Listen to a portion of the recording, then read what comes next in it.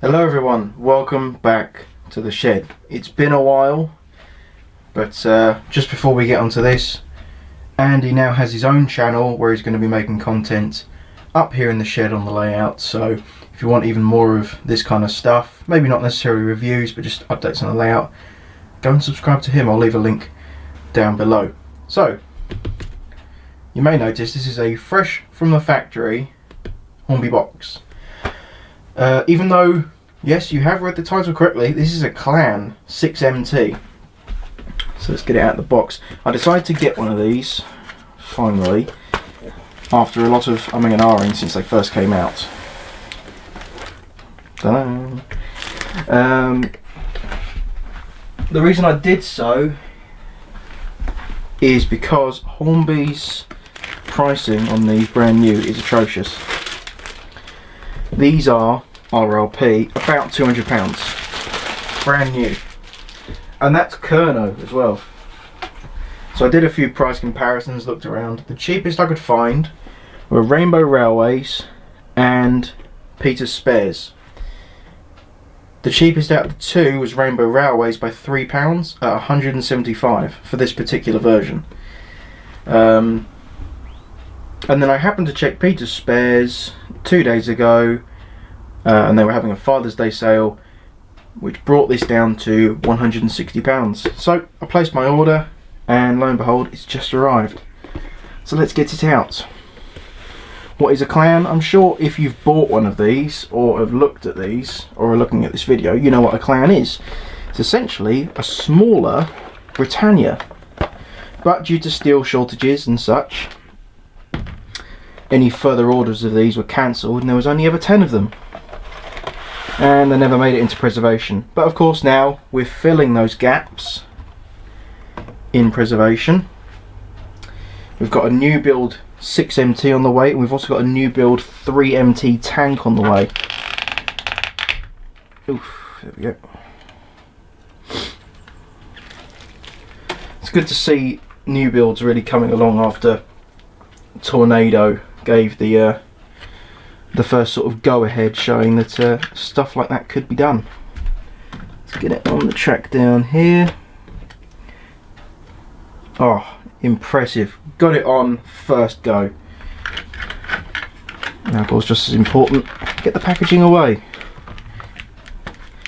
Yeah, it's easy to get things out, but putting them away is the hard part, isn't it? I suppose we should also look at, before I do put it away, the detail pack. I've got some brake rigging, a spare flanged wheel, so if you're going to put it on display you can fit that. Cylinder cocks by the looks of it, additional piping for the front and back, a spare screw link coupling by the looks of it, and the other NEM pockets. I should probably put it in frame, shouldn't I? The other NEM pockets tension lock, so you can see all that in there. Although I do imagine sod all people actually fit those nowadays.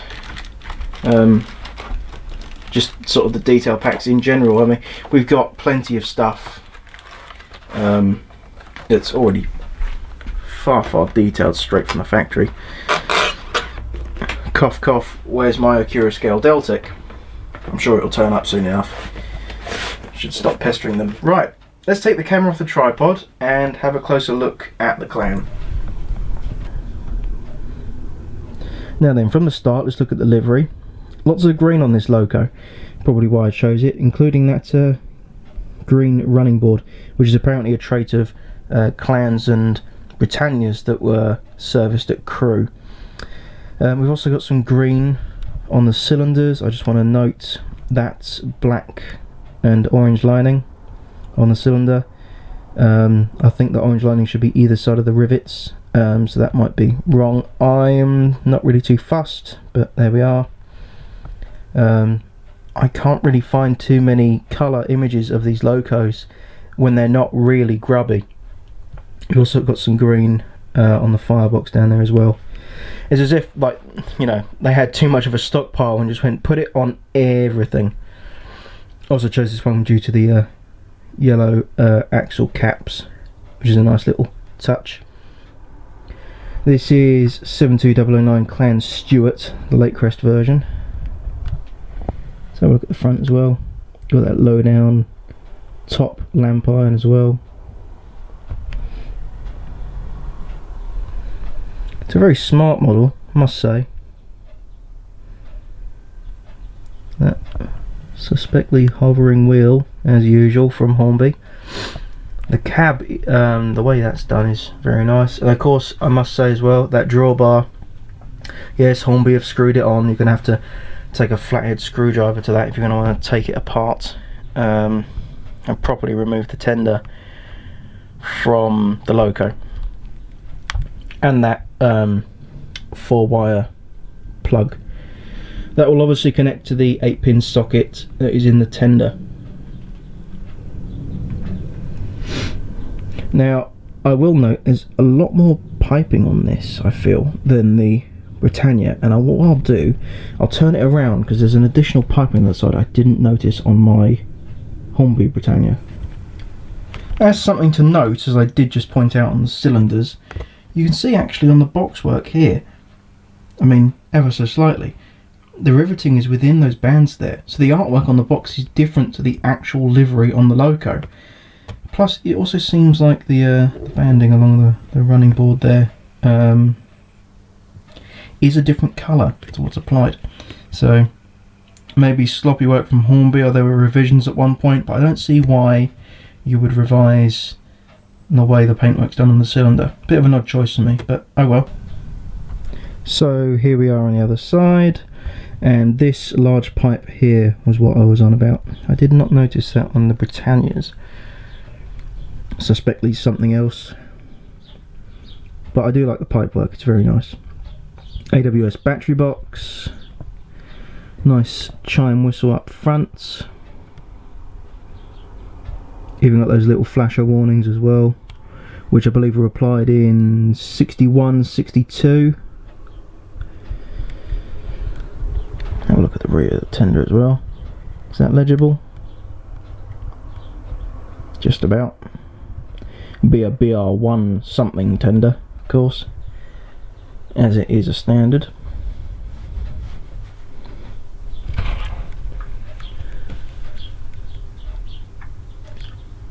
It's very nice. The running gear is all very nice and intricate.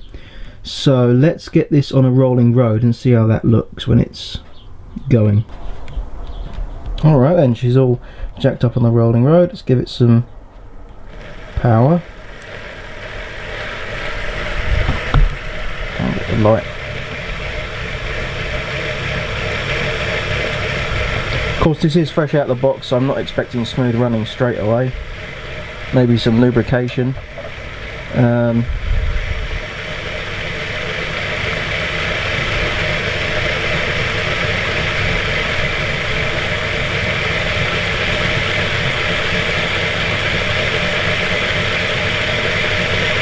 Yeah, some lubrication could probably be of benefit. I know manufacturers nowadays are relatively stingy with their lubrication, which is a shame, but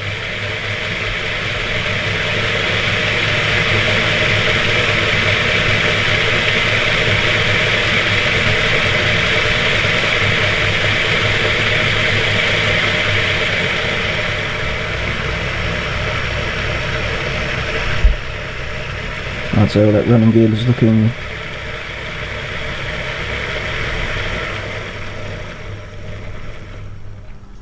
very nice, and it runs quite well as well, not particularly noisy. That's what we like. So let's actually get it on the track with some coaches. Now then, unfortunately I don't actually have any Mark 1 maroon coaches on the layout at the moment, but I do have these Mark 1 maroon Suburbans, so unfortunately they're going to have to do for it. I don't actually have many Scottish designated coaches. I think I only have the one, which is the maroon Pullman Observation. So let's get this in the right direction, give her some power, see what she's like.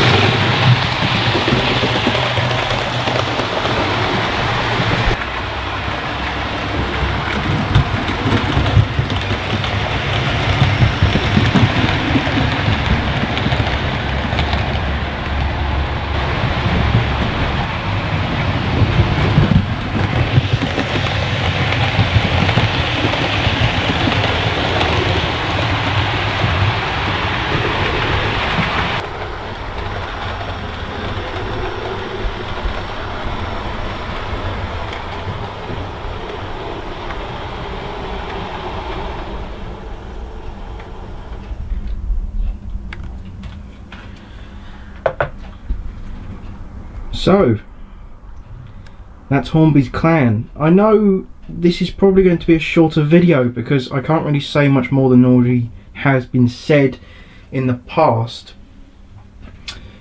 It's a gap to fill. Hornby have filled it well.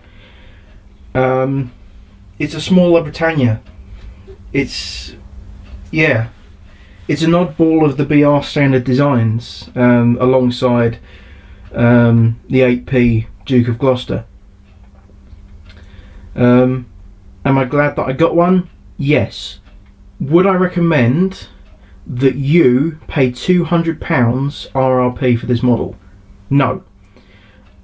It's an absurd price for, I think it's literally the same tooling as before, just a different name and number. I could be wrong on that. I'm willing to be corrected. Would I recommend you pay £160 for this? Because it's probably the lowest price you're going to get it brand new. Yes. I have seen these recent examples go for slightly less through the second-hand market on eBay for about £130, and that's on a full-on auction as well. That's not just a flat price someone asked for it, or asked someone to pay for it. So yeah, the best price you're going to get, the early crest version right now is £161, just shy of, from Kerno.